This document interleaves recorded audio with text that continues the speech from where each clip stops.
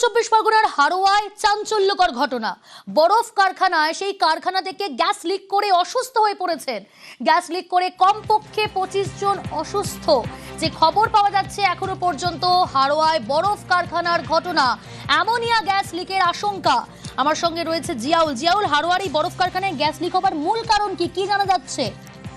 দেখো, হারোয়ার একটি বরফ কারখানা, সেখানে গ্যাস লিক হয়, অর্থাৎ অ্যামোনিয়া গ্যাস লিক হয়ে সেখানে কিন্তু গ্রামবাসী সহ প্রায় 25 জন কিন্তু গুরুতর জখম। তাদেরকে বমি এবং মুখ দিয়ে রক্ত উঠছে এমনটাও ঘটনাস্থলে দেখা যায়। তারপরে সেখান থেকে উদ্ধার করে তাদেরকে হারোয়া গ্রামীণ হাসপাতালে এই মুহূর্তে প্রায় 20 থেকে 25 জনের চিকিৎসা চলছে। মূলত যে গ্যাস যে বরফ কারখানা সেটা দীর্ঘ বেশ কয়েক বছরের পুরনো, ফলে সেখান থেকে পাইপ লিক করেই, অর্থাৎ অ্যামোনিয়া গ্যাস যে পাইপ, সেই পাইপ লিকেজ হয়েই সেখান থেকে কিন্তু অ্যামোনিয়া গ্যাস ছড়ায় এলাকায়। এবং শুধুমাত্র এই কারখানা চত্বর, অর্থাৎ একেবারে ঘিঞ্জি এলাকায় এই কারখানা, সেখান থেকে গ্যাস লিক হয় এবং তারপরেই কিন্তু প্রায় এখনো পর্যন্ত 20 থেকে 25 জন শিশু, মহিলা এবং বয়স্ক বেশ কিছু মানুষ কেমন রয়েছে জিয়াউল?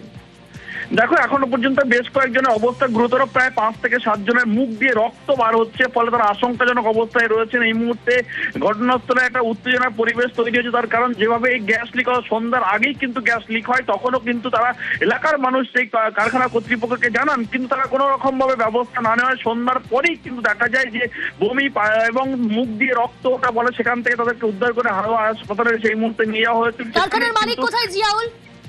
ফলে কারখানার মালিকের এখনো পর্যন্ত খোঁজ পাওয়া যায়নি, কিন্তু ঘটনাস্থলে হারোয়া থানার পুলিশ গেছেন। ফলে যেভাবে লিকেজ হয়েছে এবং আরো বড় ঘটনা ঘটতে পারে, তার কারণ একেবারে ঘিঞ্জি এলাকা, সেখানে প্রচুর মানুষের বসবাস, সেখানে এই কারখানায় এবং ঘিঞ্জি এলাকায় কারখানা, ফলে এই মালিকের খোঁজ চলছে। তার কারণ যেভাবে দেখো, এখনো পর্যন্ত গ্রামবাসী সব মিলিয়ে প্রায় 20 থেকে 25 জনকে সেখান থেকে উদ্ধার করে হারোয়া হাসপাতালে নিয়ে যাওয়া হয়েছে। ফলে এই মুহূর্তে দমকলের একটি ইঞ্জিন ঘটনাস্থলে রয়েছেন, ফলে কিছুটা হলেও নিয়ন্ত্রণে, কিন্তু যেভাবে গ্যাস লিক হয়েছে ফলে একটা আতঙ্কের পরিবেশ তৈরি হয়েছে হারোয়া বাজার এলাকায়। জিয়াউল, তুমি যেমনটা বললে ঘনবসতিপূর্ণ এলাকায়, এই ঘনবসতিপূর্ণ এলাকায় বরফ কারখানা, সেখানে এরকম রাসায়নিক ব্যবহার করা হচ্ছিল, তার জন্য কোনো বৈধ লাইসেন্স ছিল, নিরাপত্তা ছাড়পত্র ছিল? দেখো, সেটা কিন্তু এখনো স্পষ্ট নয়, তার কারণ নিরাপত্তা একেবারে ঘিঞ্জি এলাকা, সেখানে একেবারে একটি পাড়া রয়েছে, সেখানে কিন্তু প্রায় হাজার হাজার মানুষের বসবাস, সেখানেই কিন্তু এই বরফ কারখানা, এ নিয়েও কিন্তু একাধিকবার এলাকার মানুষ সোচ্চার রয়েছেন যে বরফ কারখানার মতন একটি অ্যামোনিয়া গ্যাস বা সেখানে গ্যাস লিকের একটা ভয়ের সম্ভাবনা থাকে, ফলে সেখান থেকে ঝাঁঝালো গন্ধ। পুলিশ প্রশাসন কি ব্যবস্থা নিচ্ছে? এলাকা খালি করার চেষ্টা চলছে কি? ফলে দেখো, এখনো পর্যন্ত ঘটনাস্থলে হারোয়া থানা পুলিশ ঘটনাস্থলে রয়েছেন। ফলে এলাকায় বিশেষ করে মহিলা এবং শিশুদেরকে সেখান থেকে সরানোর কাজ একটা শুরু করেছে পুলিশ। তার কারণ যেভাবে বিশেষ করে মূলত শিশু এবং মহিলারাই কিন্তু আক্রান্ত হচ্ছে, তাদেরকে বেশিরভাগই কিন্তু হাসপাতালে এই মুহূর্তে নিয়ে যাওয়া হয়েছে। ফলে এই মুহূর্তে দমকল এবং অন্যদিকে হারোয়া থানা পুলিশ ঘটনাস্থলে রয়েছে। নজর থাকুক জিয়াউল।